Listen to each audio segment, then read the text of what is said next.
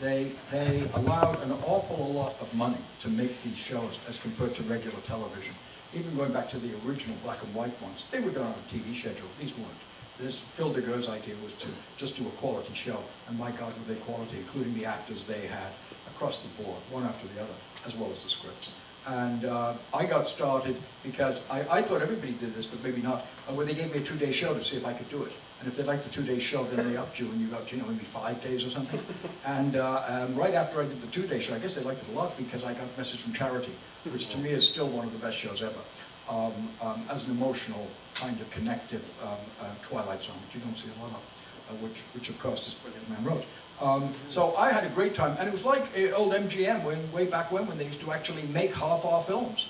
And they were wonderful, and you started there, and you got to fool around and do all sorts of things, and that's what it was like. And it was like going back in time. And we haven't had anything since. All the other shows I've worked on weren't quite the same way.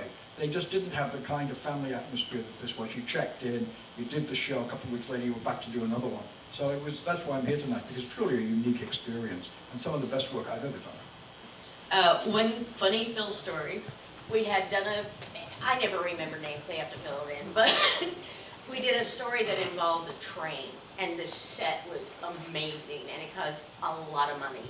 And I went to Phil and I said, hey, should we be working on stories that might be on a train because we have this set? And he looked at me like I was insane.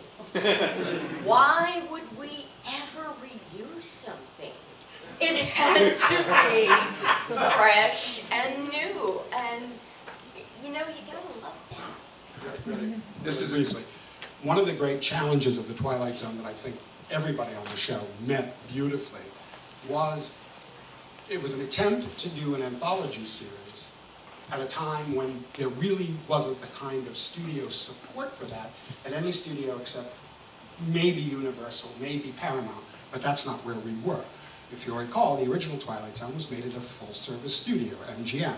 And of course, you saw Robbie the Robot, you saw the ship from Forbidden Planet, you saw all the things from the costume and wardrobe department on the Twilight Zone that were in the MGM vault. We had no such luxury. And the fact that we had to create totally new sets, a totally new environment, several a week, without the resources of a full-service studio is a testament, I think, to the ingenuity of Phil DeGuer and the entire production staff, and indeed the staff at CBS MTM Studios on the effort where it was shot, really. I'm wondering, how many of you out there have questions? Because we could talk forever, but I'd like to, you in front. I wanted to ask specifically, well, I had one statement. First off, as a Gen Xer and watching the old series, we were so happy to get our version. It was a lot edgier and beautiful and dovetailed perfectly with the old series. I wanted to ask if there was any old episodes that anyone was really itching to adapt and never got a chance to. Something that everyone wanted to do.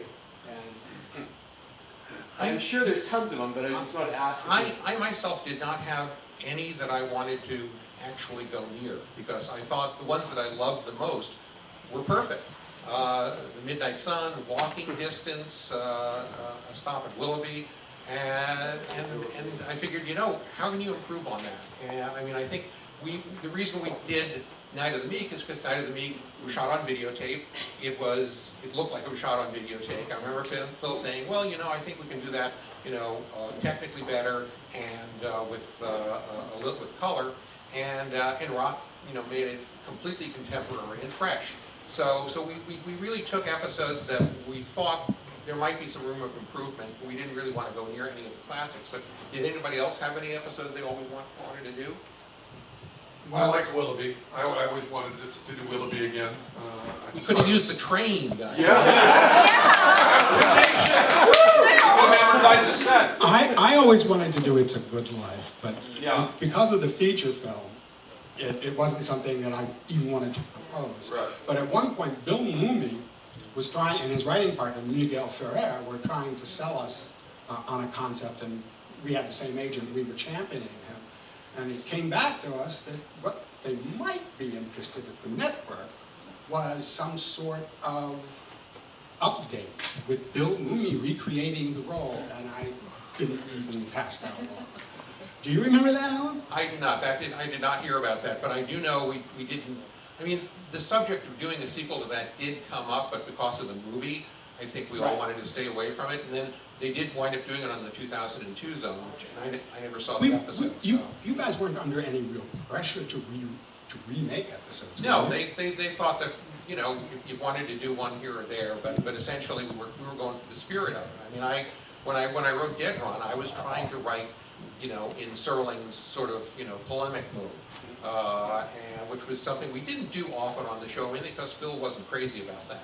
And the greatest compliment I got, one of the greatest from Phil was, after the show aired, my phone rang and it was Phil, and he said, you know, I oppose doing this script all the way down the line, but hearing it on the air and hearing those ideas come out on the air was really powerful. You were right.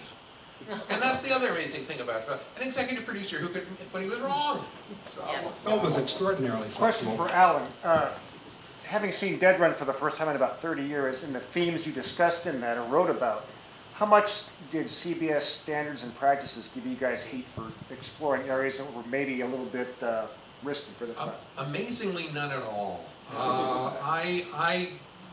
They let that go through almost exactly as written. They also, the same thing with Healer, although Healer did not turn out to be a very good episode. They took my name off it. But when we came time to do Need to Know, which was in the episode that Paul directed, it was a Sidney Sheldon story, which was actually a good Sidney Sheldon story. And it was about these, you know, epidemic of madness, and the reveal at the end was that he was asking people, do you know what God is? And then they go insane. And Tony Barr and David Kemper, our network liaison, said, okay, we've let you get away with a lot here with the religious stuff, but we can't go for this.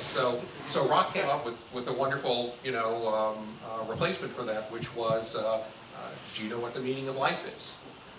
But that was the only blowback that we received on that. Let me say one thing about that. When he answers, he says to Bill Peterson, you know, I'm not going to kill you, I like you. But if I were to tell you, I know the meaning of life, if I was to tell you, you'd be shocked at how simple it is. And I always thought that was a great line. Because if you think about it, life at its heart is simple. That is very good. Yes? Tom? I can barely see. I'm assuming it's you. Yes. I recognize you so well. How did each of you define what a Twilight Zone story is, and was there ever debate or problems where the different writers or Phil had different ideas of what that was, and were having to either evolve it or work out some sort of compromise? Or? That was called a week at work. Brock, you want to talk to that? Yeah, that was always kind of the difficulty that we had. We were quite the mutant fish on network television in the mid-'80s, and then CBS in particular. So it was very hard for everybody to line up in terms of what should be a Twilight Zone episode. The very fact, as Brad said, the very fact that we were different lengths was something that was, you know, odd and difficult for the network to wrap their heads around. And so I think my recollection is the network seemed to think that the twist ending was kind of the end-all and be-all of a Twilight Zone episode. And we and Phil would point out Twilight Zone episodes that didn't have that. The fact that the times were very different. When the original Twilight Zone was on, people hadn't had it was not an entire generation of people who'd grown up on Twilight Zone endings. So it was much, much harder to kind of, you know, to attempt to come up with that sort of, you know, surprise for the audience. And we didn't want to do an absolute aping of the original Zone. And that's why having Harlan on board was a huge factor in that. Alan and Harlan were very big on bringing in short stories that, again, were incredibly interesting and complex often, and certainly very, you know, unusual in nature, but weren't necessarily what you traditionally think of as a Twilight Zone episode. And I think that's why we're here tonight, because the show was different. And Rock, wouldn't you agree that it's fair to say that Phil was extraordinarily open to all of the influences from people like Harlan and Alan and yourself and Jim Crocker in particular? I recall, because I was sort of on the periphery of the show very early on, Alan was an old friend.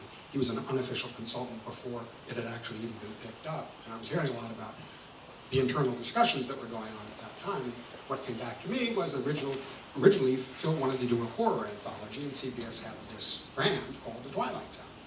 And he came aboard originally thinking he would be doing something that was a little bit closer to Night Gallery, I think, than Twilight Zone. Isn't that essentially correct? And then very, very quickly he got into the spirit of... I'm not sure. Phil and Jim wrote a Bible that of Twilight Zone stories. And in that Yes. Bible, there were some very good stories. A Little Piece of Quiet was in it, Night Crawlers, they found the Robert McCammon story, a story that became The Leprechaun Artist. And then there were a bunch of stories that were very much like the old Twilight Zone. And Harlan and I kind of said, you know, these are fine, but I think we can do better. And so, yeah, we brought in stuff from prose because that was our background. I got to adapt A Message from Charity, which was a short story by William M. Lee that I had loved ever since I read it when I was 17 years old. And that had a twist ending.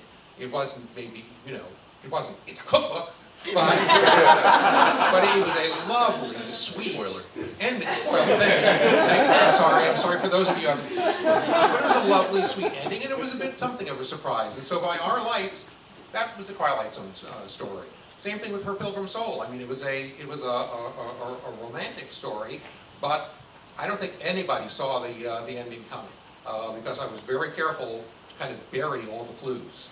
So yeah, it was a very gestalt. I mean, there were 5 of us with different ideas, and yet together, I think we came up with a show that reflected that diversity. I think we've got time for just one more question. One question? Okay, yes. Thank you. I wanted to ask about drama. I actually haven't seen a lot of the episodes of the new Twilight Zone, but we watched all the old ones together from beginning to end. And drama